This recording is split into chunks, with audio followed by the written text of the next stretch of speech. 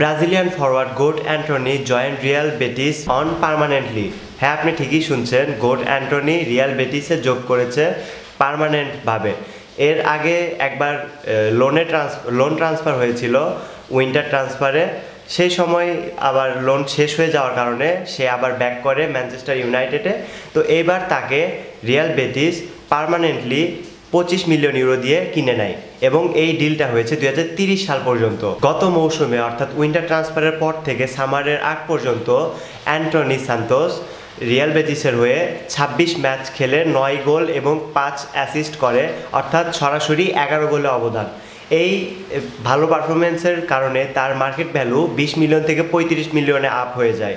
তো এই জিনিসটাও হয়তো বা রিয়াল বেটিসের ভালো লেগে যায়, যেই কারণে অ্যান্টনিকে পার্মানেন্টলি বাই করে ফেলে রিয়াল বেটিস। আর এই 25 মিলিয়ন দিয়ে ম্যানচেস্টার ইউনাইটেড আশা করি ভালো কিছুই করবে। আই হোপ ভালো কোনো প্লেয়ার সাইন ইন করাবে, কেননা ম্যানচেস্টার ইউনাইটেডের যেই অবস্থা রয়েছে বর্তমানে, একে একে প্লেয়ার সেল করে দিচ্ছে, প্লেয়ার ট্রান্সফার হয়ে যাচ্ছে, যেই ভালো প্লেয়ারগুলো বের হয়ে যাচ্ছে তাদের রিপ্লেসমেন্ট আনাটাই একটা টাফ বিষয় হয়ে যাবে। সো গাইস, আশা করি রিয়াল বেটিসে অ্যান্টনির সিজনটা খুব ভালো কাটুক এবং পরবর্তীতে যত সিজন সে রিয়াল বেটিসের হয়ে খেলবে, 2030 সাল পর্যন্ত তার ডিল করা হয়েছে। আশা করি 30 সাল পর্যন্ত রিয়াল বেটিসে অ্যান্টনি সার্ভাইভ করতে পারবে এবং খুব ভালো পারফরমেন্স করবে। আশা করি ভালো থাকবেন, সুস্থ থাকবেন। আল্লাহ হাফেজ।